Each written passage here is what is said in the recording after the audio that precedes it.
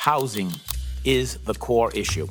To run for governor? Give me an answer. Am I going to run for governor? Answer. I want to break the news. I would say a lot of people have asked me to consider it, and I am considering it. K. Joseph Shekarchi has been Speaker of the Rhode Island House of Representatives since 2021.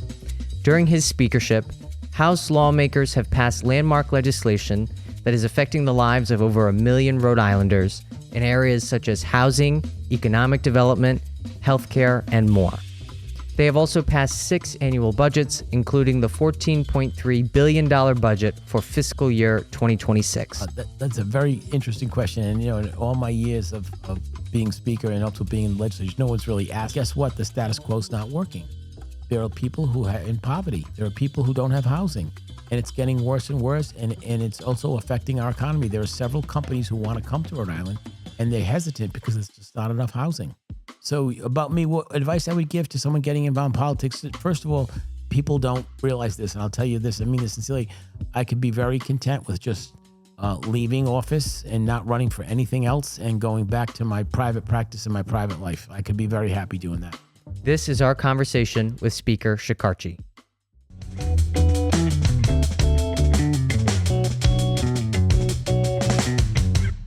And actually, we had a situation where we had a state representative many, many years ago who went to vote, and they said, sorry, you can't vote because you've already voted.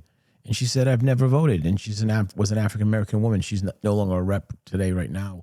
But she was the author of that bill, and we have been leading the country in voter ID. So you have to have a valid ID in Rhode Island to vote, either a driver's license or a license card similar to a driver's license. If you don't drive, it's called a state ID card. And those are, in effect, the law in Rhode Island.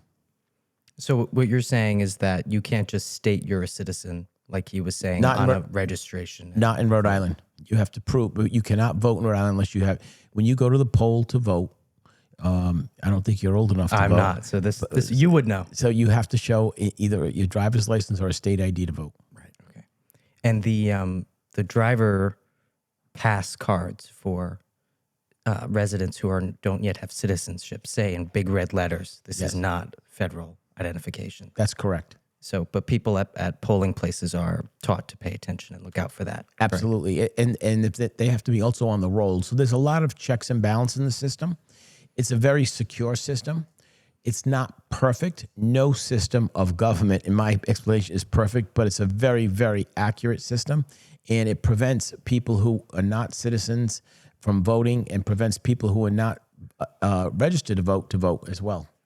Now, there's a process to vote in national elections where you can register that same day, but you can only vote for president and vice president. You cannot vote for any other office. Why is that? Because the rest of the time you have to have 30 days because we want to have the checks and balances in there. So if you were a new citizen and you wanted to vote, you'd have to register 30 days.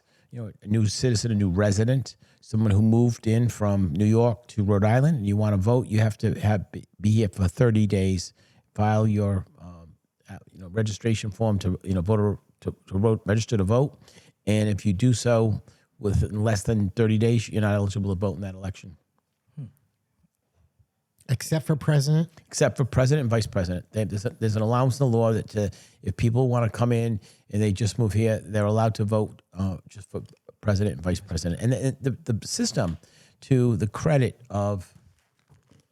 you can keep talking. Okay, the system, to the credit of the Secretary of State, Greg Amore, also has checks and balances in it. And if there's a question and they're not sure, what we do is we allow people to vote by what they call provisional ballot. And we pull that ballot aside so that people can actually vote and they exercise their right to vote. And we don't. We look at those ballots separately in a whole different process to make sure that person did. And we don't count that vote unless it makes a difference in the actual turnout of the election. The other thing we do in Rhode Island, which is very unique and it's very good, is we have audits after the election. And we are like leading the country as far as, integrity and making sure our voting results are accurate. We had do self-performing audits, and there's all kinds of categories where candidates can also ask for recounts if the elections are close, if you think there were people who should have voted who didn't vote, et cetera. Oh, that's great to hear. I'm very comfortable that the integrity of our ballots here in Rhode Island are very strong. Our voting system works here in Rhode Island. It works very well. We have early voting. We have voting by mail, and we've done it since COVID. And we've had an opportunity to look at that and review that, and it's working. It's working, and there's been no problems and no fraud. I mean, like somebody, some of the poll workers are elderly, and sometimes someone makes a mistake. It happens, but there has been no widespread voter fraud in Rhode Island. And we have systems in place to catch that, local level, state level, etc. That makes sense. Because a lot of people are concerned. I mean, there were a couple bills, I think last year, or one bill in particular I can think of, that proposed allowing undocumented residents to vote in local elections. That's correct. That bill did not pass. That's right. This is what, excuse me, this is what you have to understand, and your listeners or people who are watching this, that anybody, this is the beauty of our democracy in Rhode Island, anybody can put a bill in.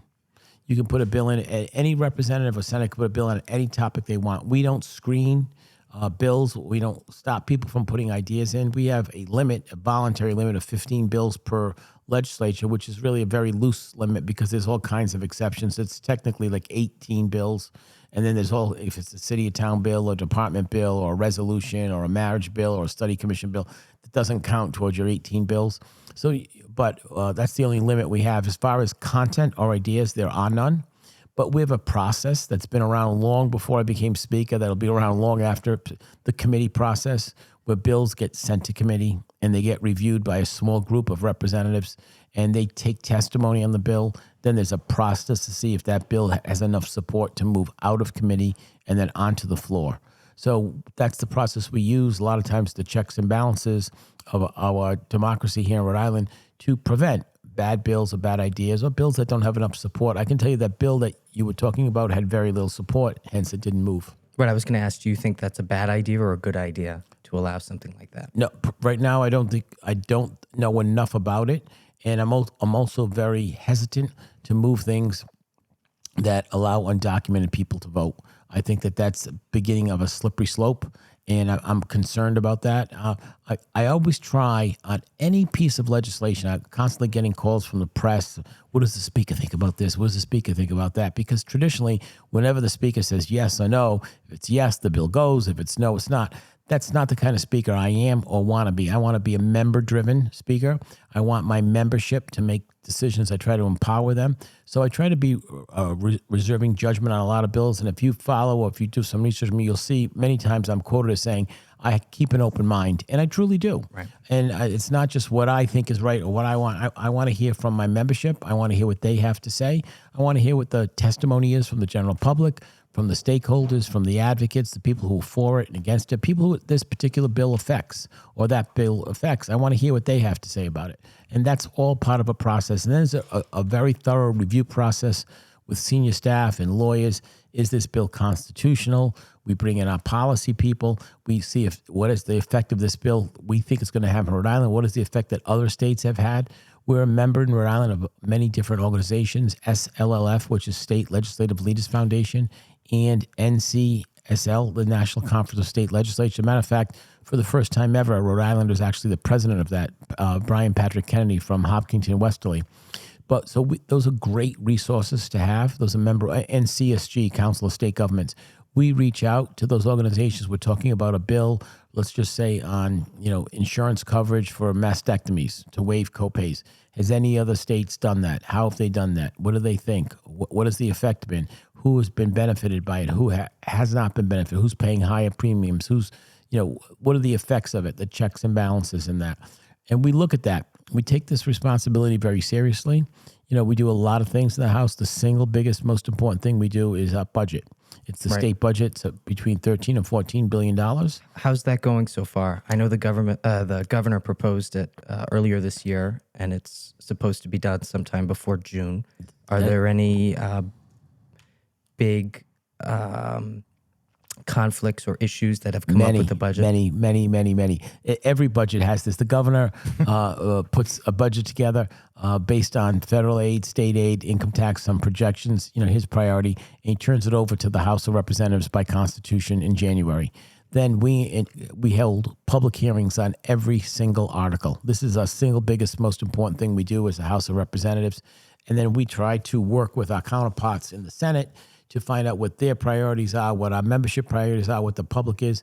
And a lot of times, a couple of things happen. First of all, the governor, all governors, I'm not talking about Dan McKee's, but all governors do their best to base it on what projections are.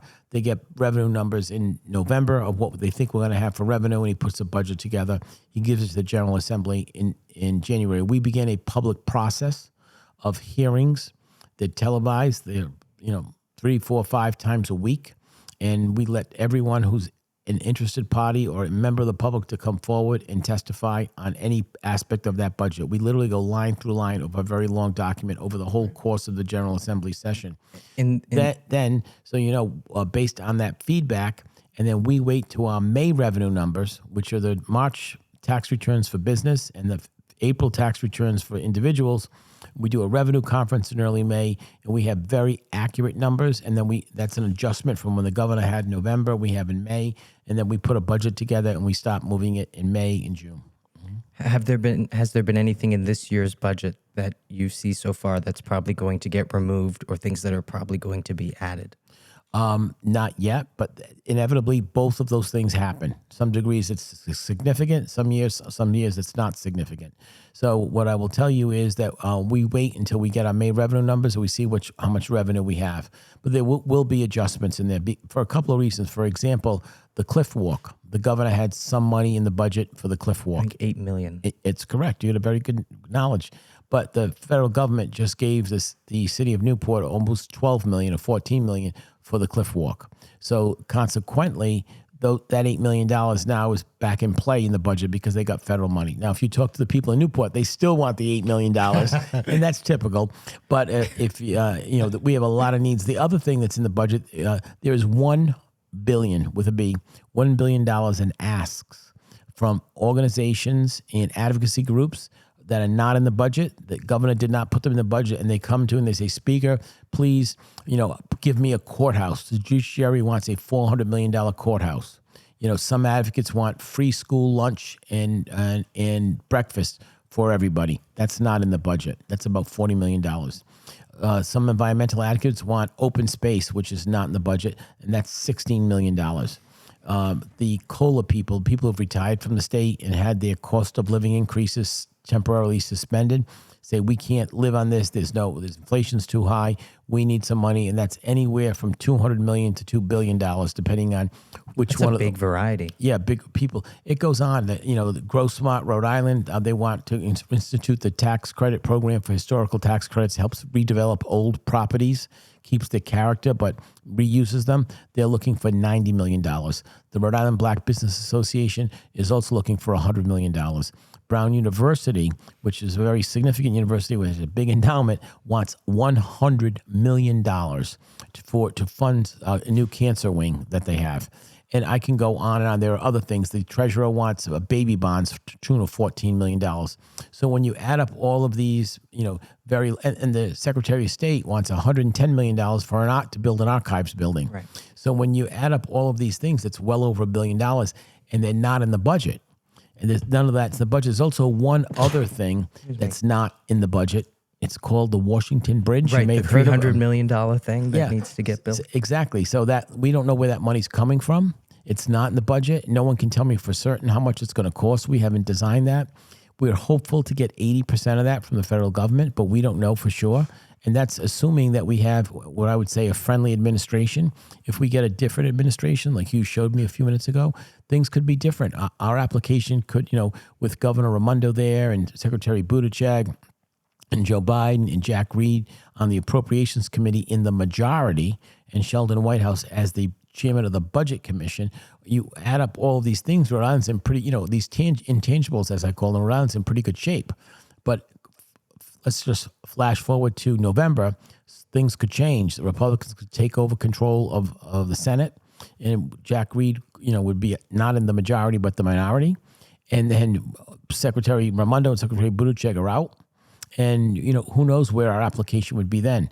And, we'd like to get 80% if we could, but we don't know. I mean, we'd like to get 100% from the federal government. We don't know. But whatever it is, there's definitely going to be an impact on this year's budget because we have to figure out, we as a state have to figure out how to demolish that building. That has to happen right now if we're going to keep to this 2-year timetable. We can't wait for an application. We have to also permit that, which is not easy to build. If you asked anybody who's a developer how easy or difficult it is to get permits, it's very difficult. You're now building a bridge over water. So it's not going to be an easy task to rebuild that budget on time and at the $300 million cost. And then the last part of that budget that concerns me is the steel and the materials. We have a steel shortage globally. It takes about 2 years to order the steel. This is what I've been told from experts, that it's 2 years of if you order steel now, and we haven't ordered steel. So we're very concerned of what's going to happen, where it's going to happen, and how much it's going to cost. So there's a lot of intangibles, and I think that 2-year timetable is aggressive. And I think that's assuming that every part of state government works well and does it right, and we fill out the application first, and we get an expedited review in Washington, and typically in Rhode Island, we don't do those things perfectly. So that gives me concern, the cost and the timetable.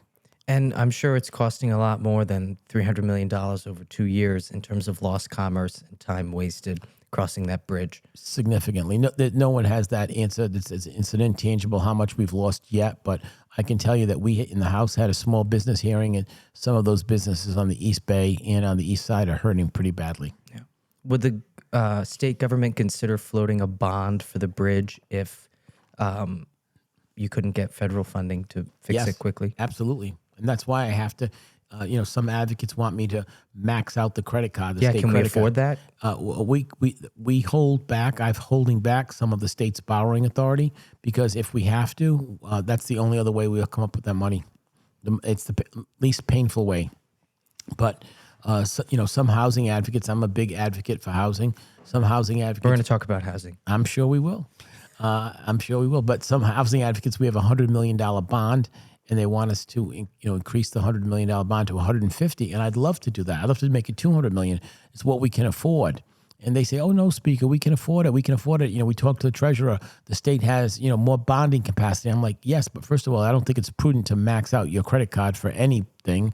And we need to have it. And second of all, I need to have that borrowing capacity as a backup or as an emergency in case we as a state have to either pay for it or pay more of it or pay for it early. So all of those things are possibilities and possibly probabilities. So we need to be cautious with the state's financing. Do you want to jump in with any or can I keep going? Because I have a lot. I have 4 hours worth of questions for you. We're not going to go 4 hours. Yeah, I know. We're going to condense. Yes. All right. Let me just ask one. So on the mornings you walk into your office and you're shaking your head, you're not even at your desk yet. Where does it come from for you to face that day? Is there any particular place in your mind? Like, where do you go to just do it on the real tough days? That's a very interesting question. And, in all my years of being speaker and also being in the legislature, no one's really asked me that. But my day doesn't start in the morning. It seems like it never stops because I get literally, I'm not exaggerating, I get texts very late at night and very early in the morning from colleagues and from stakeholders who have an issue that they want to get on my radar screen early. So it seems to start early. My typical day was I'll start with a walk of my dog, Merlin. Great name. Great name, great dog. And then I'll start my day, which is, the shaving and the showering and getting ready and getting dressed. And while I'm doing that, I'm constantly getting calls and emails and text constantly. It's every day nonstop. Even on the way down here today on Saturday, we got a couple of calls from reps, former reps, other elected officials, council people, state office holders with questions. It's not necessarily a crisis per se, but it's questions. And then I will stop at my law office typically in the morning. Some mornings, I would say half of the mornings I have a breakfast meeting or a coffee meeting. And then my staff is a great staff. They work very hard, but I'm typically very much out in the community. So I'll start sometimes at 8 or 9 o'clock addressing an audience. This past week, I was at the Crown Plaza twice. I addressed Rhode Island Housing, and I addressed another group. I'd have to go look at the calendar because they all kind of blur together. And then I will get to my office and I'll do a round of emails, and I will try to read the Boston Globe and the Providence Journal to find out what's going on. And then there's a couple of blogs I read and a couple of newsletters I read. That doesn't always happen because I'm interrupted with phone calls or text or whatever, but I try to manage that until around 11 o'clock or so. And then typically I'm off to lunch, which is almost inevitably a meeting/lunch with a rep or someone. And then the rest of that day continues when I get to the State House around 1 o'clock. And that doesn't end until 7, 8, 9, or 10 o'clock at night. And I have all kinds of meetings. And my staff is, very good, but they require a lot of direction. Not because they're not good, because they are very good, because the issue itself, they bring the issues that request, Speaker, which direction do you want to go? What do you want to do? What does this mean? This is the problem. I'll meet with my chief legal counsel to talk about the calendar for the day. I will meet with Larry Berman, my director of communications, to find out what press has called and what are they asking for, or he'll tell me about what the issues are the press is looking for. They're going to be on the floor asking questions on this. You should be prepared to talk about whether it's nursing homes, whether it's the Act on Climate, whether it's insurance bills, or whether it's housing bills. And then we'll start the day with meetings with stakeholders. I try to be very accessible, very open. Some people say, including my staff, that I'm too accessible and too open, but I think everybody deserves to see and talk to the speaker, especially during session. And I'll listen to what their concerns are. I will take notes. I'll have policy people with me, and we'll, listen to what they have to say. We'll look into it, sometimes research it. Sometimes as a courtesy meeting, we'll get a lot of clients, a lot of advocates who will bring in out-of-state clients for whatever issue. I met with somebody on Friday after my morning meeting. I met with somebody from wants to do a smokeless Rhode Island campaign, and they're coming in with a company with a new product that's not smoking and non-vapor, and it kind of replaces a smoking cessation type product. And they're in the budget this year. They want to make sure they stay in the budget. So that's a typical day, and then I'll get on the floor, run the session. I'll run the calendar. We'll take votes on 4, 5, 6, 10 items, 20 items, whatever's on the calendar that day. We'll run the debate, and then after that, we'll open the session up to announcements and introductions. We'll have a specific day, the Day of Israel, the Day of Taiwan, the Day of Greece, or whatever, and then we'll honor them in our relationship to that a home country. And a lot of times, it's not necessarily just a country, but it's a cause. It's Women's Day, Black History Month, whether it's Breast Cancer Awareness Day or something. And we try to use our bully pulpit, so to speak, to highlight the issue so that affects Rhode Islanders. After the session's over, then I'll go back to my office, and then, more staff will start to line up the next day, and also the issues that have happened. And then typically there'll be committee hearings, sometimes, not often, but I do go down and testify myself, mostly on my bills. In committee, sometimes I sit ex officio that I have to go down and actually vote on a bill if the vote's close, and it may be tie vote. So I've done that to move some gun safety bills out of the House. And then I'll typically start. Some of my colleagues may have events that they want the speaker to go to. Some of them sometimes are fundraisers, sometimes they're just community events. And they want to, their neighborhood or their people to see that, they have the support of the speaker. So I try to attend every single one of them.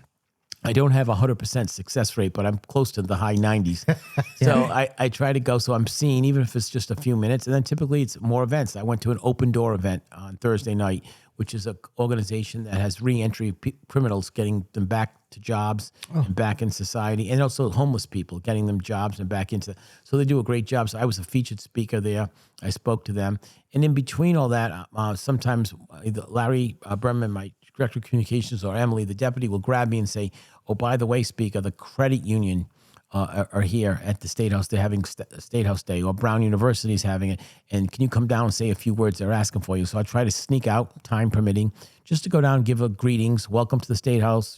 It's your democracy. I encourage everybody to be involved in the legislative process and the electoral process. So I take these opportunities to meet these groups, and I do the same thing. I encourage them to stay active and stay involved. So were you born a multitasker, or did you develop the skill? I don't know. It just kind of came naturally. When you get in politics, you have to learn to juggle. You have to juggle a private life, a professional life, and a political life, and then an electoral life. Because the political life is the state house, but also you have to run for re-election. I have to run just like every other rep, like the representative of this area and the representative of North Kingstown. I have to go knock on doors. I have to do press releases for my community. I have to show the people in my district that I'm working to them and I'm listening to them. And I'm very good at it. And we also send out a lot of newsletters throughout the year, 2 or 3 of them. I don't wait for election year. I get involved in an off-election year. So I want people to see me and hear me, not just at election time. I think that's important. I think people know that you're concerned all year round. I've done surveys into my district. What do you think about the bottle bill? What do you think about raising the minimum wage? What do you think about all these types of things? So all of that's important, and we'll continue to do that. Yeah, you have a reputation for being a very effective speaker and for going around and encouraging people to get involved. I think a lot of people feel powerless. Everyone always says to me, well, I can't do anything about that. If I call, my representative isn't really going to, what difference does one person make? And I really think that's not true. Do you agree? Absolutely, not especially now. And what we've done in the House, we have kept all testimony, whether it's an email testimony or written testimony or verbal testimony in person. We've kept all of that information and we post it online so that everybody's voice is heard. And if Julian goes to speak about a bill, guess what? A week later, I can go online in my computer and I can find what he said and I can watch it. I can live stream it. So we want everyone to be involved. I think that's so important for government to work and to function, to be collaborative and to be transparent. Speaker Johnson is going through a bit of a tough situation right now, having a very slim majority. As another speaker, what is your unique perspective on his situation that maybe the American public doesn't fully understand? And what would you do to get the two sides to work together? You assume that both sides want to work together. And that's not always the case. I will tell you that I'm a member of 2 organizations. I'm on the board of SLLF, State Legislative Leaders Foundation, and NCSL, National Conference of State Legislators. And I interact with speakers from around the country, and both Democrat, Republican, both conservative, both progressive, and all moderates, everybody. And we all share the same thing. We get along very well. We may disagree on issues, but we understand. And 90% of the issues that we face are the same issues. That's not the issues you see on TV. It's not the issues you see that, immigration and those are the hot button items, abortion, gun control, that divides the country. Those aren't the issues that we do. We keep the trains running on time. We make sure we pass balanced budget. We make sure that people get who need food stamps get food stamps. We need people who need medical coverage get medical coverage. We have children who need services from the state. We have to deliver for our constituents. And that doesn't matter whether you're Democrat, Republican, or independent. What you see in the news is some of these, very, very, the issue of the day, the issues that kind of divide the country, but there's far more that unite us. And we get along very well. What I would suggest to, Speaker Johnson is, first of all, people know he has an incredibly difficult time because even within his own caucus, there's a lot of division. There's a lot of people who want to go left and right and moderate. There's a lot of people who want to, do certain things, and they have a public persona. Absolutely, I'm for this bill, I'm for this gun bill, and then they'll sign the gun bill, and then they'll go after and they'll say, but don't bring it out to the floor for a vote because I don't want it to a vote because it's a controversial issue, and whatever happens, I'll have people on both sides or one side that's mad at me. So that's typical of a speakership. You try to protect your members, but at the end of the day, you have an obligation more to the members than to the public. So it's difficult, and he's got a very divided caucus, and then he has to deal with the Democrats. So what I would tell you is what I would to tell him would be just do what you think is right. That you get up every day, you look in the mirror, you shave, you get ready for the day, and you want to make sure that you did the right thing. Now, doing the right thing isn't always the correct thing, and you make mistakes. Or popular. Or certainly not popular. Certainly not popular, the right thing. A lot of times I've passed a lot of bills that were not popular, but now turn out to be, in hindsight, very good things. Even a lot of the land use stuff I'm doing right now is definitely not popular. I'm getting significant pushback from a lot of communities that don't want to change the status quo because they like the status quo. But guess what? The status quo is not working. There are people who are in poverty. There are people who don't have housing. And it's getting worse and worse, and it's also affecting our economy. There are several companies who want to come to Rhode Island, and they're hesitant because there's just not enough housing. It's a concern. And, we need housing at every single level. We need housing, market rate housing. We need workforce housing. We need affordable housing. We need low-income housing, and we have a homelessness problem.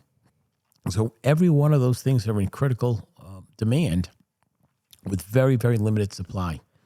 I'm sure the critics wave this number in front of you a lot. They say that Rhode Island is the second most population-dense state per mile, just behind New Jersey. It's third if you want to count the District of Columbia. If I remember, it's 1,000. I have it written down here. It's 1,100 something, 1,069 people per square mile.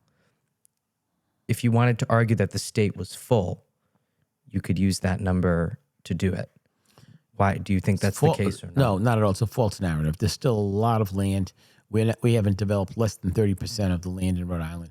And not only that, you don't have to develop, you can redevelop. There's a lot of high density opportunities here. I'm just playing devil's advocate. I understand. Okay. I understand. You have a lot of mills. You have a lot of, like the Pawtucket Memorial Hospital is a good example. It's an empty hospital. It could easily be converted into housing. You could put a couple hundred units there. The problem is, I think it's density. I think everybody wants to have a beautiful single-family home on 5 acres or 10 acres. Right. But in reality, you could have 10 beautiful homes on 1 acre lots. So I get it, and I understand that. But at the end of the day, this is a problem that's not going away. It's actually getting worse. And there are a lot of creative solutions. And we're not asking people to change everything. We're asking each community to devote 10% of your housing stock for affordable. Affordable is not low income. Affordable is your policeman, your fireman, your teacher, your nurse. That's affordable housing. With ADUs, we're asking for people who have an opportunity for a lot of home, a lot of area in their home. They can convert a garage to a living unit where people can live. A relative. Number one legislative priority for AARP, and number one legislative priority for Young Democrats, Rhode Island Young Democrats. And I don't know why Young Democrats, until I met with them and I talked to them, they said, Speaker, we can't find housing. Right. We're coming out of college. We have lots of debt. We can't find housing. And we want ADUs because it's easier. We want to live close to our parents, but we want our own independence. And I understand that. It passed in February, correct? It passed the House, but it did not pass the Senate. We're still working on it. Matter of fact, I had a meeting this morning with the Senate president, and I raised that issue. And what did he have to say about it? He's open-minded to it. He's working on it. And he's going to talk to, he has some concerns about the broadness of the bill. And I said, bring me your concerns and I'll work on them with you. Okay, interesting. So looking at the larger picture, it always seems when you come from the side of balance, like you were suggesting. I'm the moderate. I'm the consummate moderate. Right. It sounds like it so far in your conversation. What is so fearful to people with change and balance? From all the people that you've talked to, if there's advice that you could offer to be able to show people to get beyond their fear, because ultimately, if we're really going to do this, all those people have to get beyond their fear. In your experience, what seems to work the best? I think it's education is first. People have to fully understand the issue and also keep an open mind when you're learning about an issue. People have a lot of predetermined biases about an issue or the election was stolen. Oh, okay. Tell me how it was stolen. Show me how it was stolen. Exactly. Prove it to me it was stolen. And then, you go through this and you do that. You try to educate people or, ADUs are bad because the Little Compton came out against ADUs because they said it's going to hurt the water supply. And my answer is, read the bill. What did the bill say? The bill said if you don't have water supply, you can't build an ADU. And they never read the bill, and they didn't understand it. And when they did, they reversed themselves. And I congratulate for that. But those are just one example. So a lot of people hear something, they see a 10-second clip on social media, or they hear something on a talk radio show, or they may read something without really doing any research. It's the unknown. So first of all, educate yourself, and then also realize that this change that you're asking for would help a lot of people, and it's good. So maybe you can live with it. Is there a middle ground, and is it slow? But people don't understand, when you're the Speaker of the House, you almost automatically, it was natural for me because I'm a moderate by nature, but when you're the Speaker, you almost have to be moderate because you have a chamber of very conservative members, some moderate members, and then very progressive members, and that covers both parties. And what happens is that, you have to balance the room. It's the beauty of the democracy. You have to work from a majority, and our budgets have to pass, by 2/3 of a vote. So our budgets don't pass by majority. They pass by 2/3 of a vote. So you need 50 votes out of 75 to pass a budget in Rhode Island. Not a lot of people know that. Oh, wow. So it's not a majority vote. It's 2/3 because of the way the Constitution is. We're giving money for private purposes. It's very clearly written in there. So those particular make you become a moderate. You have to govern from almost like a supermajority. So you have to be in the middle to get a little bit on this side, a little bit on that side. It's never unanimous. I've not had a unanimous budget. I don't think I'm going to get a unanimous budget. I don't know. It's very rare to get a unanimous budget, but it has happened in the past. It's happened once in the years I've been in the General Assembly. But you know what? You can't let perfect be the enemy of the good. And I'd like to think that we pass good budgets, very good budgets, as a matter of fact. They're not perfect. Nothing in government is perfect. Nothing anywhere is perfect. So you try to make it as perfect as possible. And you try to do it in a transparent. It's not easy. I talked about the $1 billion ask. Every one of those people who've come to see me, who are asking for money, all have a very, very good cause. They're very needy. The programs will run well. The money would do good. There's all strong policy reasons, legislative reasons, all kinds of good reasons and good intentions behind those asks. But as beautiful as the State House is, and believe me, it's a very beautiful building, I assure you there is no printing press in the basement.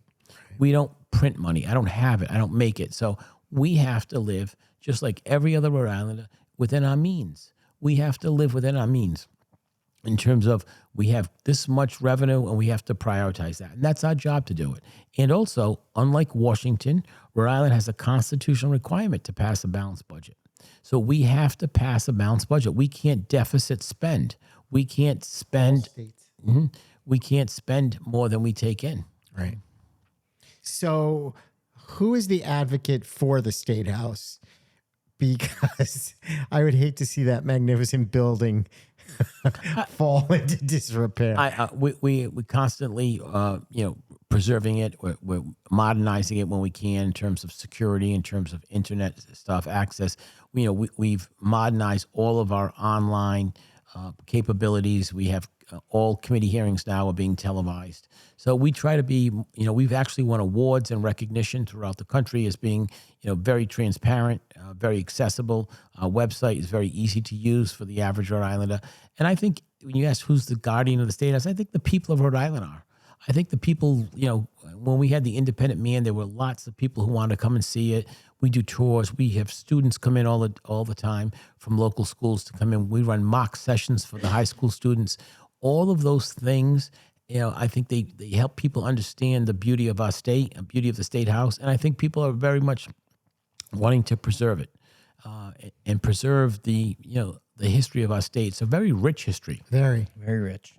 Yes. We should be very proud. We're the original 13 founding members of this country. And, we preserve as much of our history. And that's why I think there's some merit to what Greg Amore, the Secretary of State, wants in terms of an archives. Mm-hmm. As a Rhode Islander, I'm very proud. And I think it's why people here are very interested in trying to make this state a lot better. I hope you're right. I'd like to believe that. I think it's good. I think there's just some people who are also like to be, Debbie Downers and just really have bad things to say about the state and everything else and all that stuff.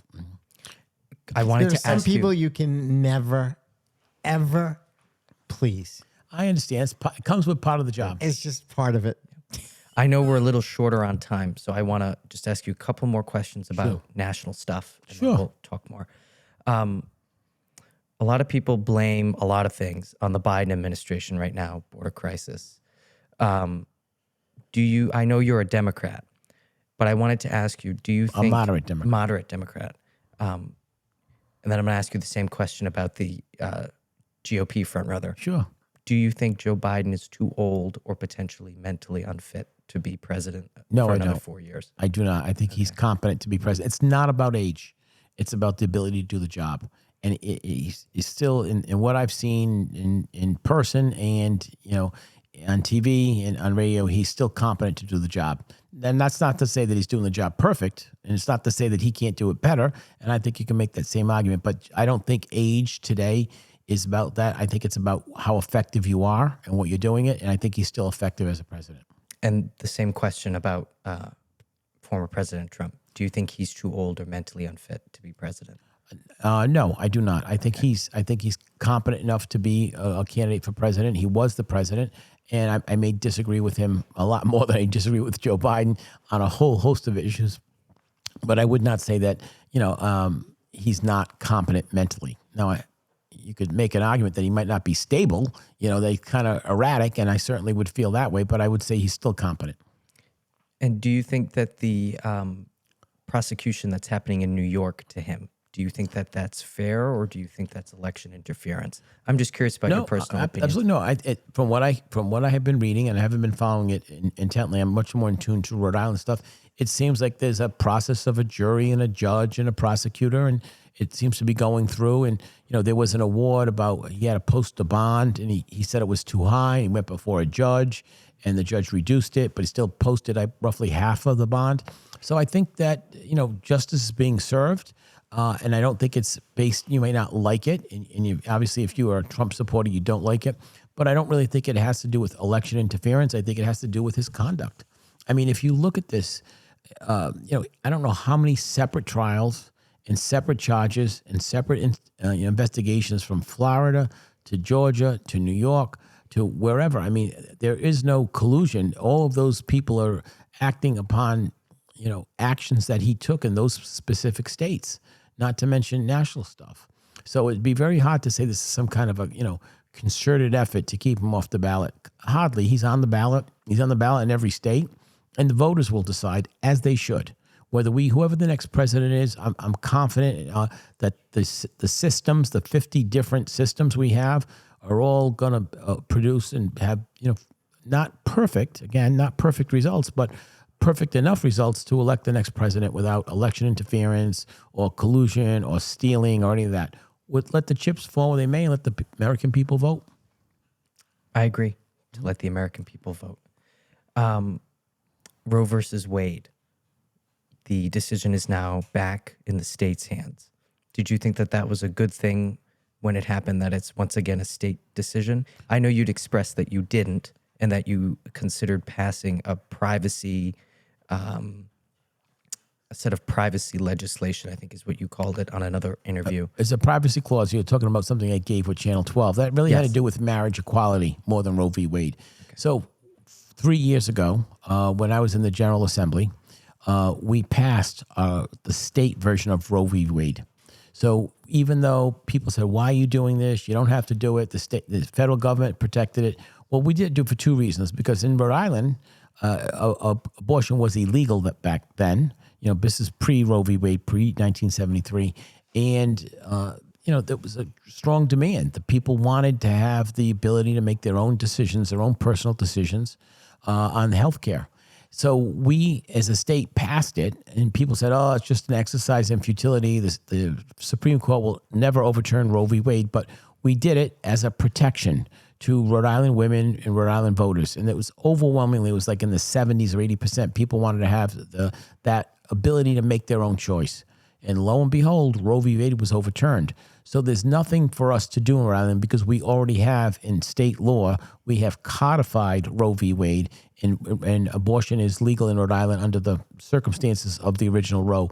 And what was important about that case is we didn't just say abortion for everybody. We took Roe v. Wade, which was been the law of the land for 50 years, and it's been tested and whatever until it was just overturned last year.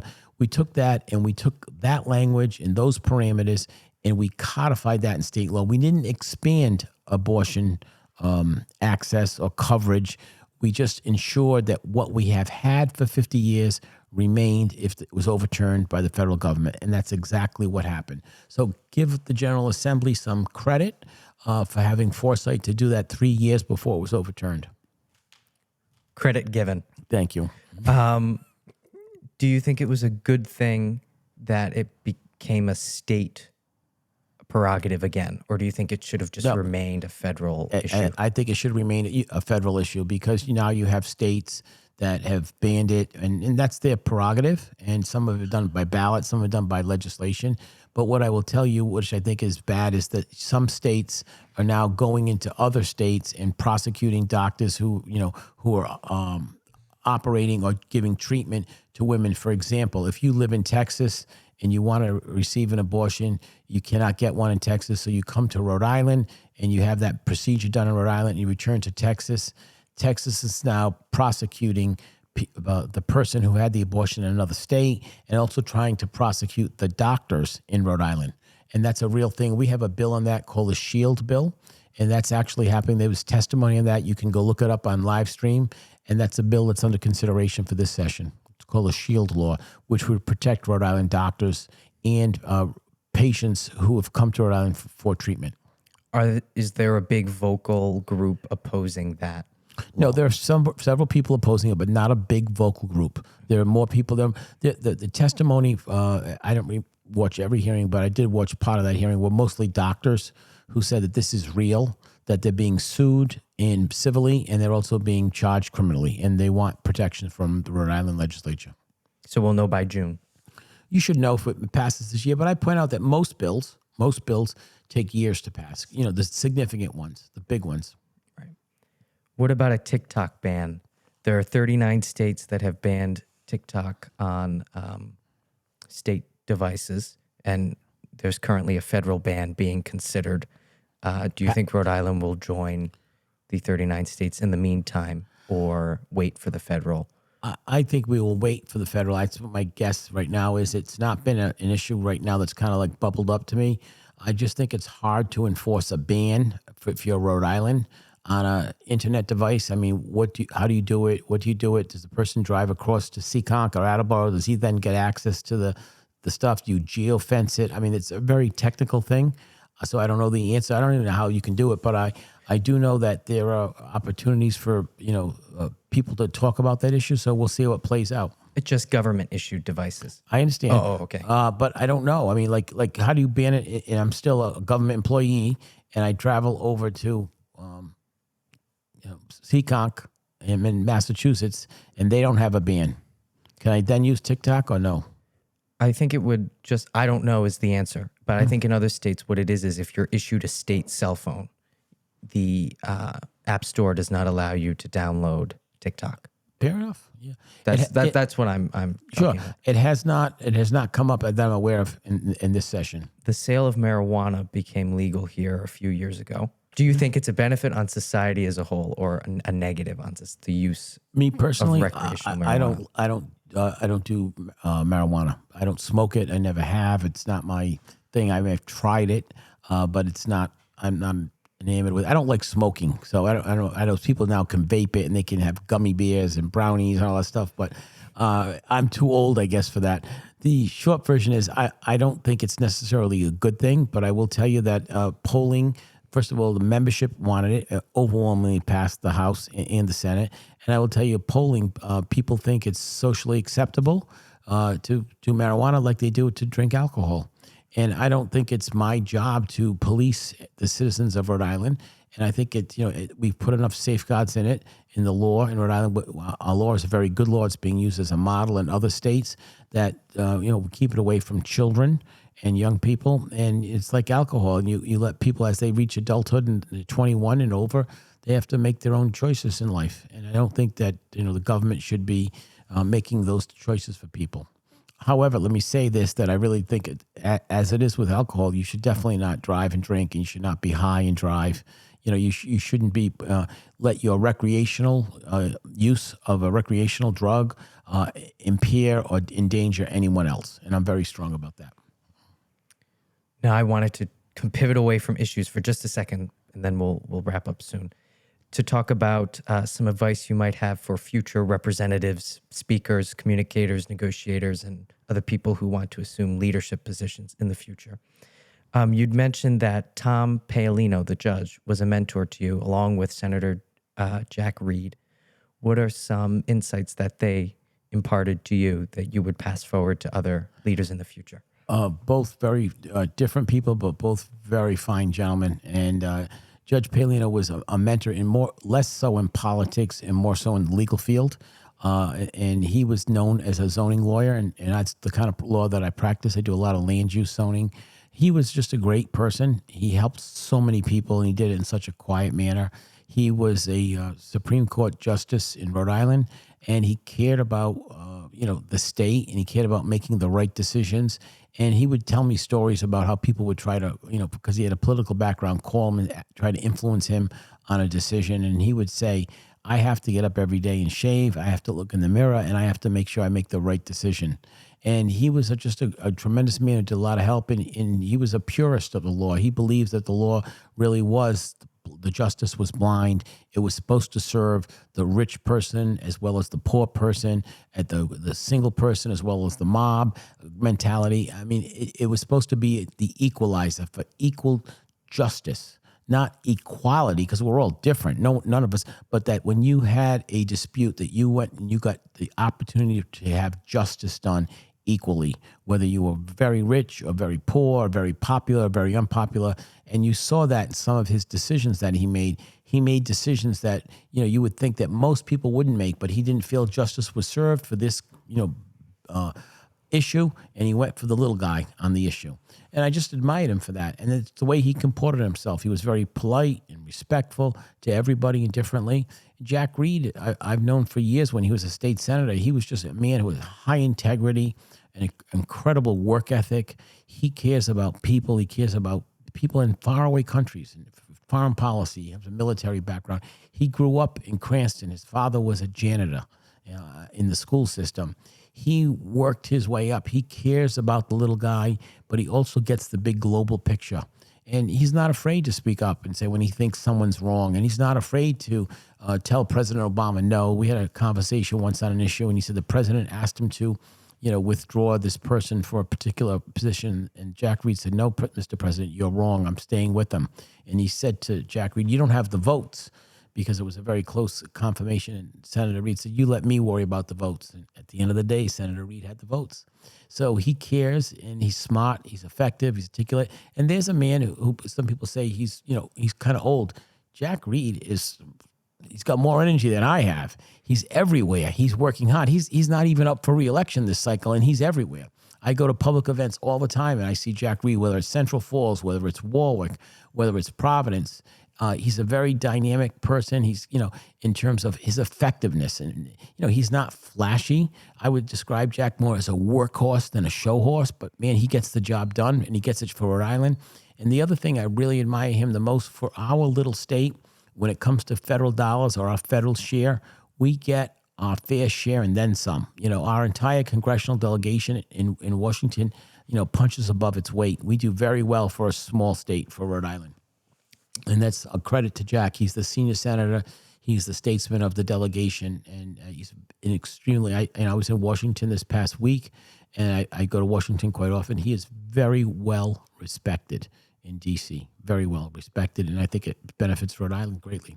Yeah. How was your trip to D.C.? What brought you up there? I don't mind my asking. No, it's all right. I had a housing conference, and then every time I get to D.C., I always do a little bit of politicking. So I did most of the housing conference and a little bit of politicking. What about you? What advice would you, Any aspirations? Yeah, that's right. You were supposed to make a big announcement about your political career 90 days from January. I did. Oh, you did? I said I was running for re-election. Oh, I see. Okay. So it wasn't that big of an announcement. I didn't say the word big announcement. I just said I'd make my intentions known. You made it very mysterious. He was all It was like, are you going to run for Congress? Well, there was a or- reason for that. I was under, the Ethics Commission was doing an investigation, and I didn't want to announce anything and influence that. But it was really uneventful. I mean, everyone knew that I had spoke to privately. I was running for re-election. Okay. So about me, what advice I would give to someone getting involved in politics? First of all, to make sure your home life, your private life, your personal life is secure, because you need to have that, pretty much nailed down. Because you go to the State House, it's a lot of time, it's a lot of unexpected time. It's very difficult to look at your watch and say, I'm going to leave at 5. It's not that kind of job. It's not that kind of vocation. It's I'm going to leave when we end, and the public debate can go on and on and on. And you think you want to get out by 5, and you probably would get out by 5, but there are nights you don't get out until 6, 7, or 8 o'clock because the debate goes on. So you need to do that, whether it's your personal life, your professional life, your work life. We're only part-time legislature in Rhode Island. Get paid $19,000 a year, and the days you're there, you spend a lot of time at the State House. And there's a lot of time that you're doing politics and government stuff, not at State House and not off out, not during the typical hours. We start at 4 o'clock with session. Committees usually start at 3, and they go until you suspend until the rise, until we're done, and they start up again. And so some of those hearings go well into the night. Those controversial nights go to 10, 11, 12. 12, yeah. So you have to make sure that you have a good work-life balance, that, your work and the rest of your life, which is also your private job work and your family work and whatever else you have in your life, you have to make sure that you're there, because the State House has a way, and it's a beautiful place. It sometimes romances people. It's sometimes I don't want to say fall in love with it, but you really get to like being there. And sometimes you like it so much that you're neglecting your work duties or your family duties or your other part of your life. So you have to make sure you have a good balance in that. Do you think that pay for the part-time representative should be higher due to the amount of work they do, or no? I do personally, but it was set by Constitution, and I'm also a realist. So, if you put it on the ballot, I don't think it would pass. So going back to the Mount, how did you go from there to being the Speaker of the House? What's the personal story and experiences that brought you from point A to where you are now? There is no grand plan. It was just I enjoyed going to Mount St. Charles. At the time, my family was living in Lincoln. My mother wanted me to have a very strong Catholic education, and Mount St. Charles was a Catholic high school, and she wanted that. And my father wanted us to make sure we had good preparatory pathway to college, and Mount offered both of those things. So my mother was happy with the Catholic education. My father was happy with the college preparatory part of it. So it worked well. My brother, my sister, and I, all 3 of us graduated from Mount St. Charles, and all 3 of us went on to college, and then all 3 of us went on to law school. So it was a great opportunity from there. And then I've always been involved in politics. Earlier, I was mentioning that I had a class at Mount St. Charles that kind of really awakened me. It was a class called, it was taught by a professor, he's since passed, called Julian Mitchell. And it was a very interesting, dynamic guy. It was current affairs. And you would not get a book or anything. You would have a newspaper. At the time, Providence Journal was the dominant newspaper, delivered to your desk. That was the book of the day. And then you would read, you would pick an article, and you would read it, and then you would discuss it, and you would debate it with the class. A local issue, a national issue, you could have your choice on it. And then you would prepare a report at the end of the semester, and then you'd get up and present the report to the class, and you'd answer questions. It's almost like a press conference type thing, and it Sounds like fun. It's a great class. I enjoyed it very much. Mm-hmm. And he was a great teacher. He had a profound impact on me. And then when I graduated from there, I went to Suffolk University, and my major was American government. And then when and also was dabbling in politics. My family had some political history and some background, and I kind of dabbled in politics. And was still going to school. My father was, wasn't keen on politics, but he was supportive of me as long as I stayed in school. So I stayed at Suffolk, and I ended up ultimately graduating from Suffolk. A little start and stop along the way, a little detour into Washington, D.C. for a semester, into a year in Nevada, but ultimately came back to Suffolk, graduated, and then went right to work into a campaign. A friend of mine was running for mayor of Warwick. His name was Charlie Donovan. I went to work for him, and then he won, and I got a job in his office. I got involved in the Paul Tsongas campaign. He was running for president in 1992. I ran for delegate, and I won. I went to the convention that year in New York City. It was just very interesting. I enjoyed it immensely. And then from there, I was very active in politics.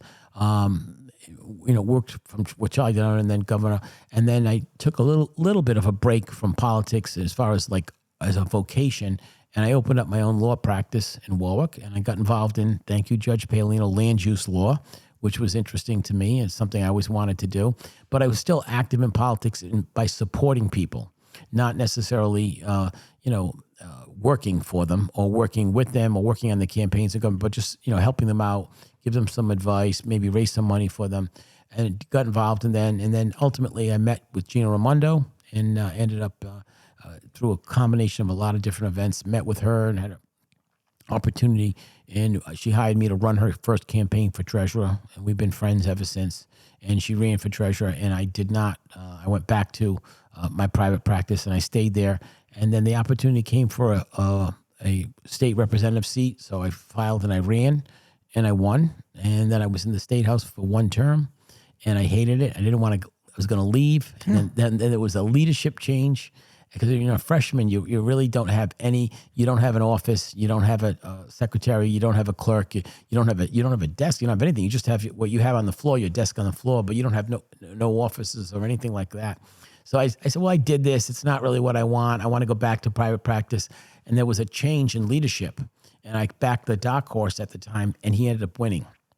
And when he won, he repatriated all the leadership positions. So I ended up chairman of House Labor. And then I started to really like it very much. I enjoyed it. I had a desk. I had a secretary. I had a lawyer. I had, I had a lot of the perks that come in. I felt I was, part of the leadership team. So I thoroughly enjoyed that very much. And then I became majority leader. The majority leader lost in a primary, and there were a lot of people vying to become majority leader.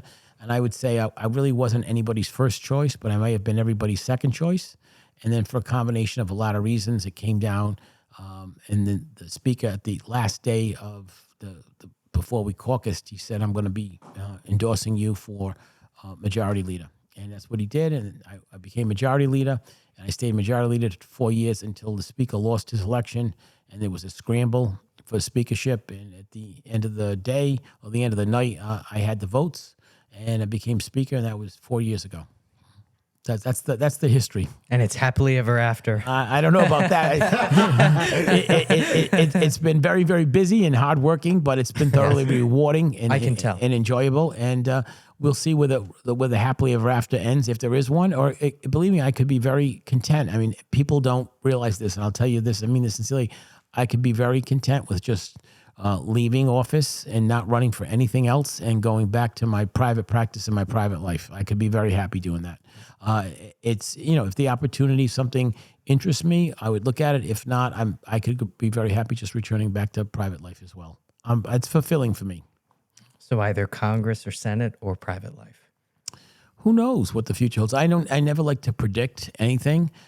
We have a governor who I get along well with, and we have some really great congressional people. So we'll see what the future has. I do know this about politics; it's constantly changing, and the future 2 years away, 1 year away, 3 years away is an eternity in politics. So many things could happen. I mean, I don't want to be morbid and stuff, but who knows if I'm even going to be around, or if I'm healthy enough where I want to run. A lot of things could happen in life. So we just take it one day at a time. I try not to live or forecast, and I just want to be able to have the right choices.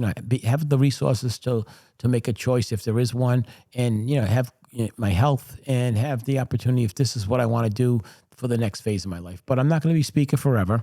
No one is. No one should be. And we'll see what the future holds. But I plan on running for re-election this cycle. If the voters of Warwick re-elect me, then I will ask my colleagues in the House to re-elect me for speaker for another term. And then we'll take it every 2 years at a time. In the past 4 years, what has been one of the most challenging experiences you've had as speaker, as a lawmaker? For me, the most challenging time was the very beginning of my speakership. We were in the middle of COVID. We had delayed our budget. We had to, because of COVID, we let the governor operate with emergency powers.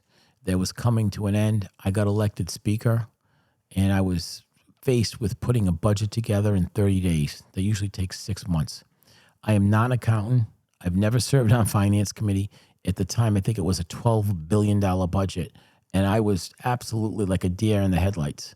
But fortunately, we have a great House fiscal staff, and we have a great team, and I retained the best and brightest of the staff that we had that I built relationships with and had trust and confidence, and they helped me get through that. And at the time, also, Gino Raimondo was still the governor for my first budget. They call it the skinny budget because it was a limited budget. And I relied on some of her numbers and her stuff and the Senate president. And I like to say that we did work collaboratively, and we put together a budget. And then we were also remote. I mean, I had to move physically, all the operations, all the microphones, all the cameras, everything, all the voting machines and iPads. We had to remove across the street to the Veterans Auditorium. And we had to do all that in like 45 days and be ready to open up session in the middle of COVID. And people had to be spaced out like 15 feet between them. And we didn't have microphones, so you'd have to microphone, and I had staff wiping down the microphones after people would talk. We were operating during COVID. And I was a brand new speaker. I had to assume my oath of office with a mask on. And it was amazing when I think back of what we did and how we did it. And I didn't have any experience in all of that. And you just do it. And you stop worrying about it, and you just do it to the best you can. And you assume and you plan that things are going to go wrong. And they have, and they did. One night, the batteries, we had such a long debate on the Act on Climate. I remember it. We had like minutes left in the battery life of the computers. Oh, we would have had to continue the hearing, which is never a good thing because you just don't know what happens in between intervening with members leaving or advocacy groups churning or flipping votes. So we called the question, which is something we really do, which is to cut off debate. But we had no choice to use that or not pass the bill. So we cut off debate, we passed the bill, and it passed. And it's a landmark piece of legislation. I'm proud of it. Wasn't popular back then. But now I think if you do polling, and the environment comes up right on the top 2 or 3 in the state.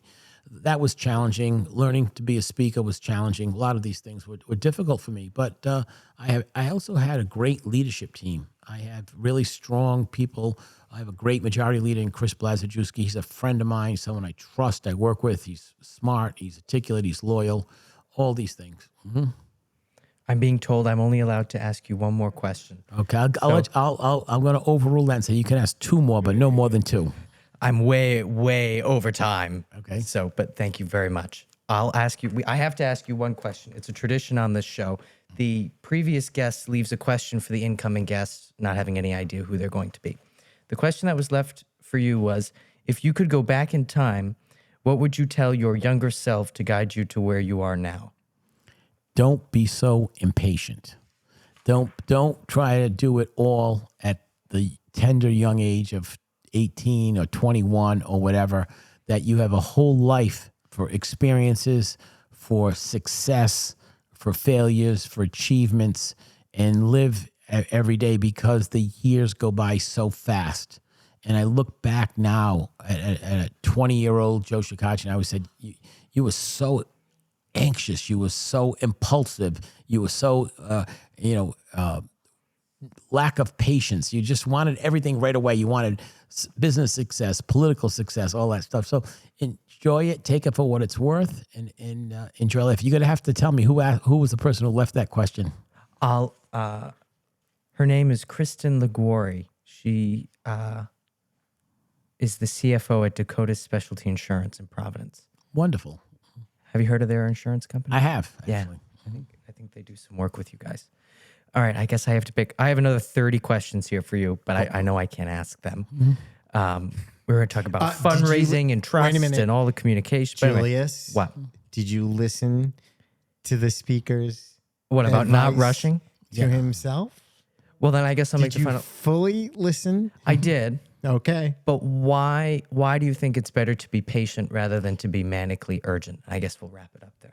I will say that because you will enjoy it more. You will get more out of it. You will enjoy it all more, and you will learn more from it because it will percolate more in your consciousness, and you'll understand it better, and it'll give you a better foundation in life. I'll keep that in mind because I think I have the manical rush too. No, I would have never guessed that. Thank you for listening to this conversation with Speaker Shekarchi. If you know someone who's interested in politics or considering a political career, please consider sharing this episode with them. Now, I'd like to leave you with this quote from President John F. Kennedy. Let us not despair, but act. Let us not seek the Republican answer or the Democratic answer, but the right answer. Let us not seek to fix the blame for the past. Let us accept our own responsibility for the future. Thank you for listening to my dad and I's conversation with the speaker. To stay tuned for our future conversations, don't forget to subscribe. Thank you. See you next time.